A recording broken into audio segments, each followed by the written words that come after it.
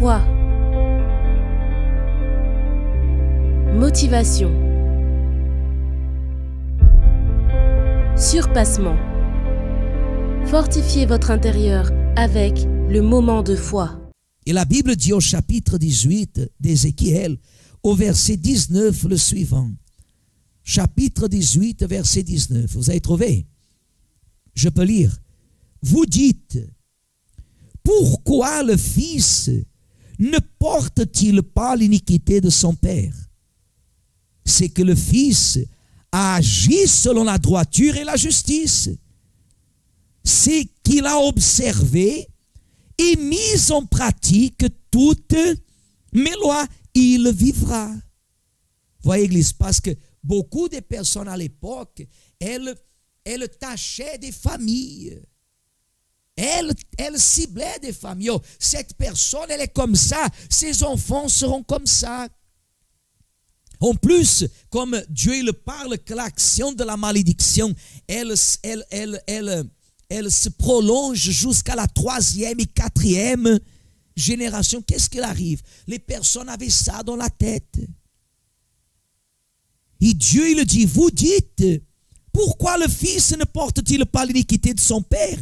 C'est que le Fils a agi selon la droiture et la justice.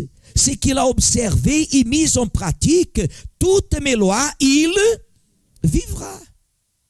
L'âme qui pêche, c'est celle qui mourra. Le Fils ne portera pas l'iniquité de son Père, et le Père ne portera pas l'iniquité.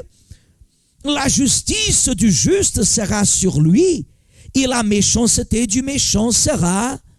Voyez, Église, vous comprenez, regardez-moi. Combien de chrétiens, ils continuent encore à dire, ah, ma vie elle est comme ça à cause de ma mère. Ah, ma vie elle est comme ça à cause de mon père. Ah, ma vie elle est comme ça à cause de ma famille. C'est comme par exemple, je ne sais pas si vous voyez, même à l'église c'est comme ça.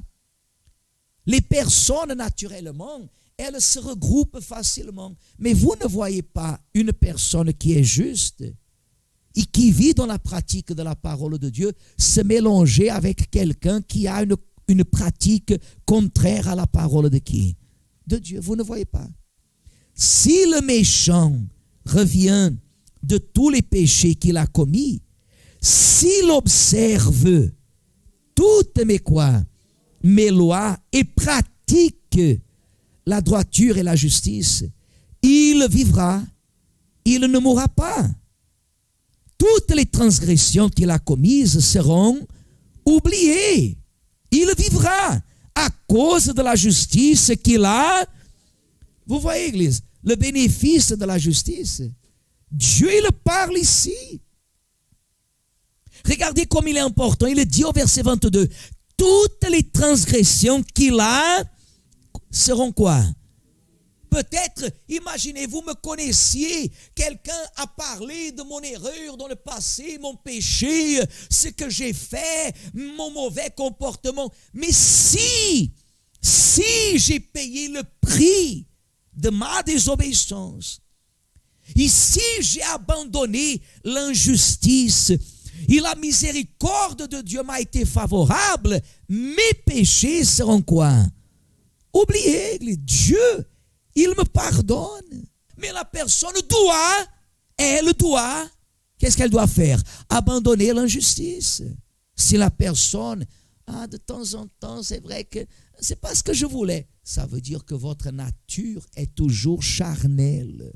Elle va vous accompagner. Dans 5, 10, 15, 20 ans, elle va ruiner votre vie. Elle va ruiner votre vie. Jusqu'aujourd'hui, on voit ça.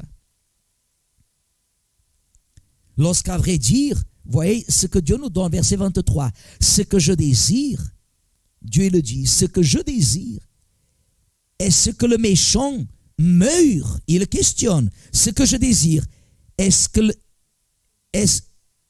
le méchant meure? Dit le Seigneur, l'Éternel. N'est-ce pas qu'il change de quoi?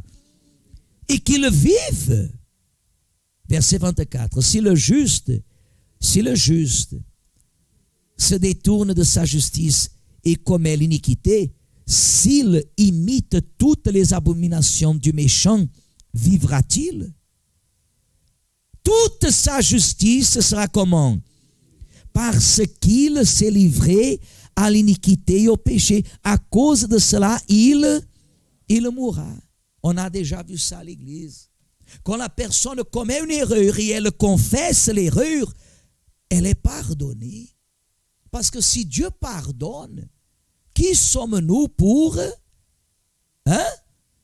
juger? Le problème, c'est que la personne, elle a du mal à reconnaître qu'elle a commis une erreur. Et quand on lui dit, oh, vous avez commis, non, c'est pas ça, c'est pas, jusqu'à que le fait soit là, dévoilé. Verset 24 encore. Si le juste se détourne de sa justice, il commet l'iniquité. S'il imite toutes les abominations du méchant, vivra-t-il? Toute sa justice sera oubliée parce qu'il s'est livré à l'iniquité et au péché. À cause de cela, il mourra. Vous dites, la voix du Seigneur n'est pas droite. Écoutez donc, maison d'Israël. Est-ce ma voix qui n'est pas droite? Ne sont pas vous, pardon, ne sont-ce pas plutôt vos voix qui ne sont pas droites? Ça, c'est pour le genre de personnes qui disent, aujourd'hui, l'église n'est plus comme auparavant.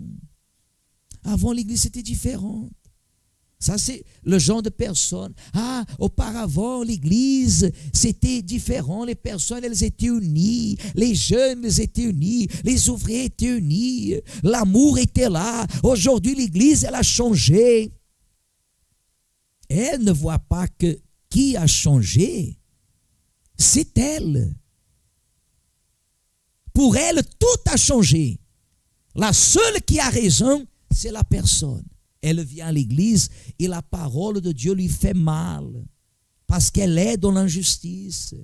Si le juste se détourne de sa justice et commet l'iniquité et meurt pour cela, il meurt à cause de l'iniquité qu'il a commise.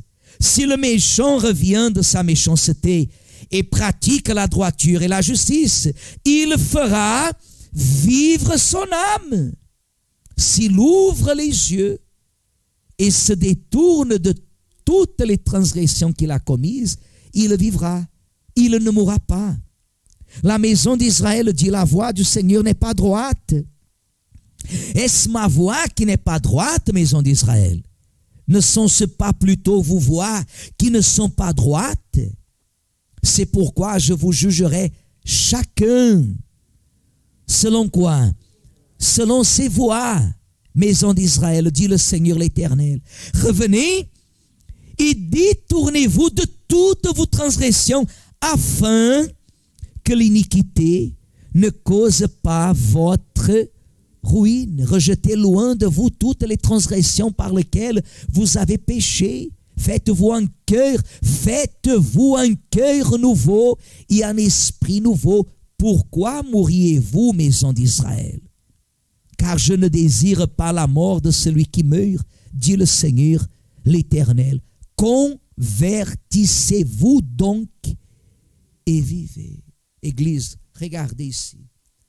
Regardez au verset 31 et 32 la raison pour laquelle les chrétiens, surtout les évangélistes, ils tombent. Il dit, rejetez loin de vous toutes les transgressions par lesquelles vous avez péché. Qui doit rejeter, Église? Hein? Qui doit rejeter? Et alors, pourquoi prier pour que Dieu le fasse? Pourquoi demander à Dieu? Pourquoi? Pourquoi considérer si Dieu n'a pas demandé, si Dieu n'a pas fait, Dieu sait ce qu'il fait. Mais là, il dit, rejetez loin de vous toutes les quoi? Les transgressions par lesquelles vous avez péché. Qu'est-ce qu'il dit ensuite? Faites-vous un cœur nouveau et un esprit nouveau. Faites-vous. Qui doit faire, Église? Hein? Mais nous, on a toujours une réponse. Comme on dit, je ne sais pas comment on dit, au bout de la langue, on a toujours une réponse. Parce que quand on vous dit comme ça, rejetez loin de vous toutes les transgressions, il y a dans les médias quelqu'un qui dit, oui, mais des fois à l'église on chante une chanson qui dit, éloigne de moi toutes mes transgressions. Mais pourquoi vous unissez une chose à l'autre? Il y a un moment est un moment, l'autre moment c'est un autre moment. Quand il dit, faites-vous un cœur nouveau, le religieux dira, oui, mais David, il a demandé à Dieu que Dieu lui accorde un cœur nouveau aussi. Mais jusqu'à quand nous allons vivre dans le ping-pong, hein? Ping-pong, Dieu nous parle une chose et nous renvoyons la balle. Dieu, il parle quelque chose et nous, on a toujours quelque chose à dire. Jusqu'à quand? Si nous commettons une erreur, payons l'erreur. Vous voyez qu'ici, il dit, faites-vous un cœur nouveau et un esprit nouveau.